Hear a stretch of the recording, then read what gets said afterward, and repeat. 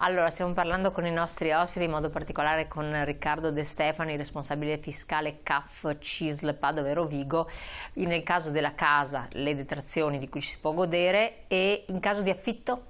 In caso di affitto, e questo invece è un beneficio per i proprietari, la normativa attuale prevede che coloro che non vanno a percepire canoni di locazione per motivi vari, dalle normative attuali possano non dichiarare l'affitto non percepito già in fase di intimazione o di ingiunzione di pagamento, mentre con la normativa precedente occorreva aspettare lo sfratto esecutivo giuridico. Adesso invece si può anticipare la problematica per evitare di dover dichiarare un reddito effettivamente e non percepito.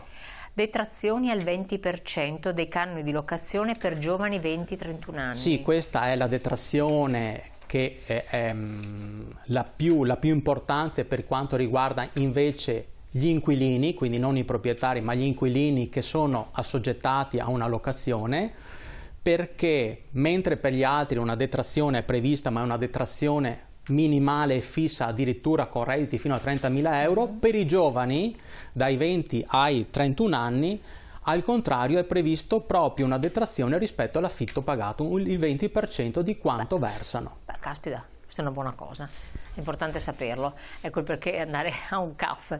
Allora, passiamo subito a innovare, ristrutturare e riqualificare. Ci sono i super bonus, le barriere, i bonus mobili, eccoli qua, li vedete ben sottolineati in rosso. Guardateli da casa in modo di capire in quale di queste situazioni rientrate. Sommariamente cosa possiamo dire? Allora, molto velocemente questa scheda riassume un po' tutti quelli che sono i bonus casa. Si va dal super bonus al 110-90%, che purtroppo anche in questi casi, per quanto ricompete la pratica fiscale di detrazione, è terminata per le abitazioni unifamiliari, cioè per le case singole al 2023, invece è prorogato al 2025 per quanto riguarda i condomini.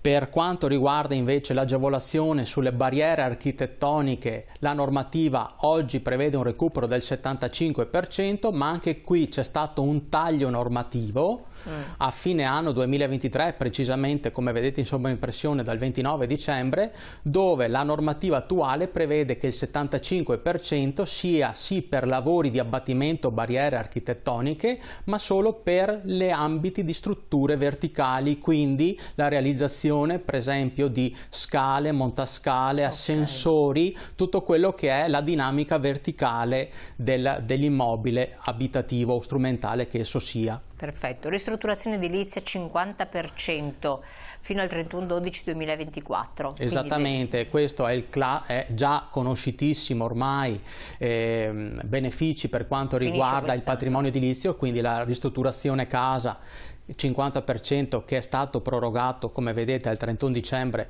2024 in attesa di circolari ministeriali che probabilmente l'andranno a prorogare, ma per adesso la scadenza è alla fine dell'anno 2024, a cui questi lavori si collegano il bonus mobili, quindi il bonus mobili è collegato a questi interventi di ristrutturazione, quindi la possibilità anche di arredare la casa ristrutturata con un tetto massimo di spesa di mobilio per l'anno 2023 di 8.000 euro e per l'anno 24 di 5.000 euro 5.000. Poi c'è l'eco bonus. Tutti stati prorogati anche tutti gli altri bonus casa, quindi eco bonus, ossia tutti gli interventi di risparmio energetico, di sisma bonus, di bonus verde, tutti al 31 dicembre 24. Bonus idrico invece questo sarà concluso, è stato concluso con questa dichiarazione di redditi al 31 dicembre 2023. Prevedeva anche qui un recupero del 50% per quanto riguarda. Passiamo ai familiari a carico, che è un'altra voce importante da ricordare. Ci sono detrazioni per i figli, no? E non solo. C'erano le detrazioni per i figli in quanto l'assegno unico le ha tolte dalla dichiarazione dei redditi e dalle buste paga sia dei pensionati che dei lavoratori, in quanto l'assegno unico dal 1 marzo 2022 ha sostituito gli assegni familiari ma anche le detrazioni di lavoro dipendente. E saranno riattivate, quindi le detrazioni saranno comunque ricalcolate dal momento in cui il figlio compierà 21 anni, il 21esimo anno di età in poi. C'è sempre però l'obbligo a dover dichiarare il figlio in dichiarazione di redditi, seppur le detrazioni non vengono più calcolate, perché nell'ultima colonna rimangono le detrazioni per gli oneri, cioè la possibilità di recuperare le spese per i figli praticamente. E quindi, questo insomma è rilevante. Esattamente, quindi per certificare quella spesa è opportuno comunque indicare il figlio a carico. Andiamo appunto alle spese detraibili per la famiglia, che qui ce ne sono un po', bisogna anche ricordarsene, tra l'altro, quindi guardate bene quelle scritte in grossetto, voi che siete a casa, fotografatevele in modo che preparate anche i relativi documenti, perché poi, inutile dirlo, bisogna avere anche i documenti. Giusto? Assolutamente, come le dicevo prima, il modello 730 presso un CAF prevede il visto di conformità, per cui infatti è richiesta la documentazione e dall'anno di imposta 2021 è prevista anche la tracciabilità, quindi non solamente i documenti di spesa ma anche il certificato del versamento di quel documento di spesa, è molto importante conservare. Infatti. Velocemente, insomma, come vedete questa scheda prevede quelle che sono le spese relative alla famiglia, si va dalle classiche spese scolastiche, cioè le tasse scolastiche con un tetto massimo di 800 euro per figlio, alle spese nell'ambito universitario, collegati ai contratti di affitto per studenti universitari, quindi non solamente le tasse universitarie ma anche l'affitto pagato per i figli universitari dà un'agevolazione di imposta, gli asili nido, quindi la frequenza di asili nido, le spese per il trasporto pubblico che danno un'agevolazione di massimo 250 euro complessivi per qualsiasi cedolino di trasporto, abbonamento venga sottoscritto, in questo caso nell'anno d'imposta 2023, l'attività sportiva dei ragazzi, quindi anche i ragazzi che frequentano palestre, piscine, eccetera, i genitori possono beneficiare di un'agevolazione su questi abbonamenti,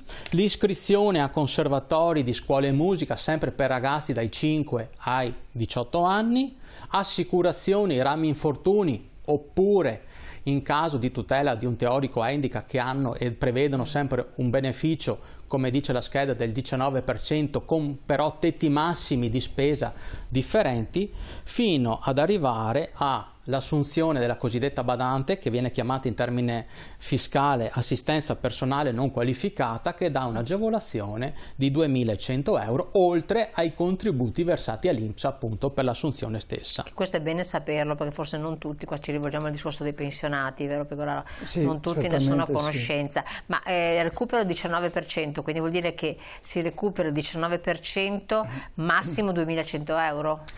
2.100 euro è la spesa massima che si può inserire in dichiarazione. Perfetto. Recupera il 19% di 2.100 euro. Ah, di 2.100 euro, quindi non che uno dice recupero 2.100 euro. No, il 19% di questo tetto massimo di spesa. E lo stesso per le spese funebri, e lo stesso... si spera che mai ci siano da sostenere, ma in noi almeno ci si recupera qualcosa. Parliamo di salute invece. Di salute, perché anche qui ci sono delle spese detraibili, sempre 19%. Anche in questo caso facciamo una carrellata veloce di quelle che sono le spese sanitarie più frequenti, che riguardano appunto la salute dei contribuenti, in primis le cosiddette spese sanitarie, che vanno dalle visite specialistiche agli esami di laboratorio, dispositivi medici, farmaci, eccetera, eccetera, eccetera, ricordando che la normativa prevede la detrazione del 19% per la somma totale spesa, con una franchigia però iniziale di 129 euro, quindi c'è una parte che non viene recuperata per i primi 129 euro. Primi 129 no? No, per i primi 129 no. Sul tetto massimo di spesa sì, quindi il 19% su tutta la spesa sostenuta, esclusi i primi 129 cioè euro. Cioè uno magari in medicine ha speso 200 euro, meno 129, solo quella parte residuale. Solo quella parte che rimanente residuale si recupera il 19%. Allora, le donazioni invece sono spese detraibili o deducibili? A favore di chi? Quindi se uno le donazioni sono spese detraibili o deducibili, quindi sarà poi il CAF che in assistenza fiscale va a certificare al contribuente qual è la più conveniente, cioè se è più conveniente una detrazione piuttosto che una deduzione dal reddito. Ma quali sono queste donazioni, queste erogazioni liberali? Come vedete, a favore di popolazioni colpite da calamità naturali, donazioni per associazioni sportive dilettantistiche, donazioni per attività culturali e artistiche, il cosiddetto art bonus, donazioni a istituti scolastici di ogni ordine e grado, per arrivare infine alle più classiche donazioni ONLUS, cioè organizzazione non governative senza scopo di lucro, associazioni di promozione sociale, fino ad arrivare alle organizzazioni di volontariato, cioè tutti gli enti del terzo settore che riguardano appunto. L'Anteas? L'Anteas è un'associazione del terzo settore che noi sponsorizziamo ed è un bene, magari fa molta attività non solo socio-culturale ma anche proprio di assistenza, quindi se qualcuno vuole immaginare il 5 appunto per 1000 su queste cose è una buona azione. Visto che si parla di momento di dichiarazione dei redditi, è un'idea, è un suggerimento, ricordandosi di portare il codice fiscale. Sempre tutti i documenti, perché mi permetto appunto di inserirmi in questo aspetto. Abbiamo visto e abbiamo sentito dal collega professionista di queste cose, tanti c'erano e tanti ci sono, cioè ci sono talmente tante cose che nessuno di noi se le ricorda. Infatti, però se abbiamo la documentazione, ripeto, andiamo al centro fiscale, potrebbe essere che abbiamo ulteriori agevolazioni che non immaginavamo e di sicuro facciamo le carte giuste, assicurate, senza errori e così dormiamo tranquilli, insomma. Perfetto. Allora abbiamo ancora un paio di minuti, veniamo da segnalare quali sono un po' le cose importanti, le novità. E quindi anche qui l'ultimo schema. Sì, allora esponiamo quelle che sono le novità fiscali riguardanti il 730-2024, quindi per l'anno d'imposta 23, quindi per la dichiarazione dei redditi dell'anno precedente. Di novità, vedete anche da questa scheda, non ce ne sono molte rispetto alle precedenti normative. Quelle più importanti sono che dall'anno 2023 c'è stata un'agevolazione per quanto riguarda la tassazione delle mance per quei lavoratori che operano nel settore turistico alberghiero al 5%, quindi le mance vengono detassate al 5% e inserite ovviamente nel CU, nella certificazione unica, quindi certificate dal sostituto d'imposta, dal datore di lavoro. E a pari meriti anche i premi di produttività con un tetto massimo, come leggete, di 3.000 euro, che sono i premi di produzione lavoro, anche per l'anno 2023, ma possiamo già anticipare per l'anno 2024, perché qua la finanziaria li ha prorogati anche per il corrente anno, una detassazione anch'essi al 5%.